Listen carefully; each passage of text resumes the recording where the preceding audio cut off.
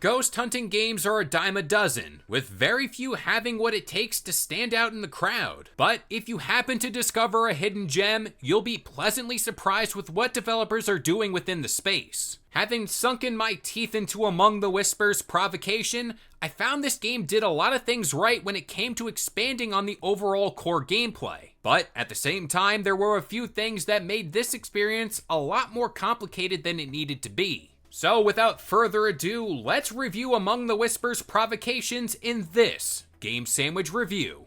A Tragic Tale. During my time with Among the Whispers Provocation, I was thoroughly impressed with what this game had to offer. Being a fan of modern ghost hunting simulators for years, you'll come to expect the same base formula here with tracking down your spirits. But what this game did to add more flair to the gameplay experience is giving each ghost a backstory that catalogs all stages of their life right up until their timely or not so timely death.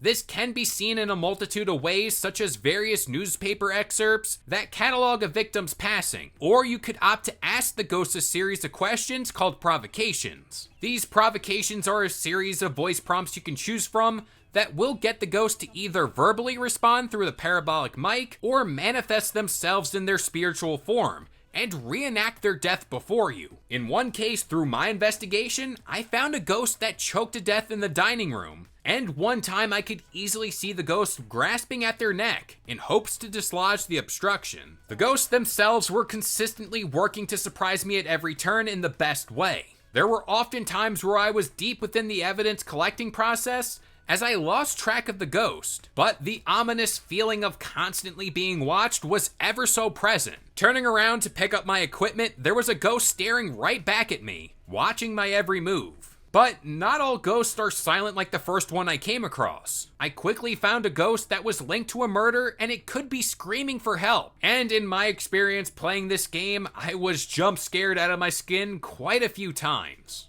Rough around the edges. While there are things that make this game fun and unique, other aspects that I encountered stalled the experience entirely for me. One of the major gripes I had with this game is the sheer size of the map. In a rather ambitious choice, you have complete access to a 4-story mansion with over 30 rooms to sift through. While this would be a welcome feature in any sort of multiplayer ghost hunting game, I think being a single player only title makes this environment daunting for just one player. This problem came up the most when I had to prepare the ghost for release and search for the object my ghost was tied to.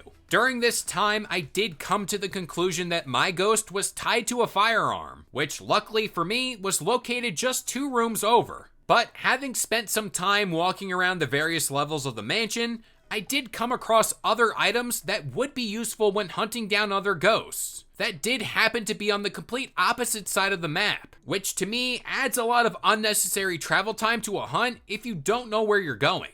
And a simple fix here could possibly be to gate off sections of the map, and that's all to scale down this experience for a single player. Another aspect that removed me from my experience entirely was the lack of definitive evidence that alludes to the fact that you found the proper ghost location. At the start of the hunt, you are tasked with finding EMF and temperature readings, and that's all to establish a baseline for evidence. After a few moments of wandering, I did successfully find the ghost room. What did become more confusing was when I was tasked with exploring the room with my EMF reader to find what triggers the device versus how a ghost triggers it. And this little bump in the road caused me to spend way more time in the room than needed to precisely locate the ghost. Unfortunately, in my experience, there were a few instances where the tasks were outright glitched, and they prevented me from completing my goals. This was on a very case-by-case basis, but it is worth bringing up simply because there were times where I got near the end of the hunt and the task was bugged to the point where I couldn't complete the mission. That's even after a hard reset. But the glitches didn't just stop with the tasks. There was another instance where my datapad, which grants you the ability to go over evidence and piece the hunt together, was blocked from being pulled up as well, which was a very frustrating game-breaking glitch that really ruined the experience. The final verdict. Outside of some rough edges, Among the Whispers Provocations has a lot going for it. The things that stood out the most were the in-depth stories that were crafted for each individual family member that spans a rather large family tree. Keeping that in mind, this excites me even more when I think about the prospect for future maps, families, and maybe even new ghost hunters. That said, with a large map available to the player, I expected a lot more substance in the various rooms and corridors of this now vacant mansion.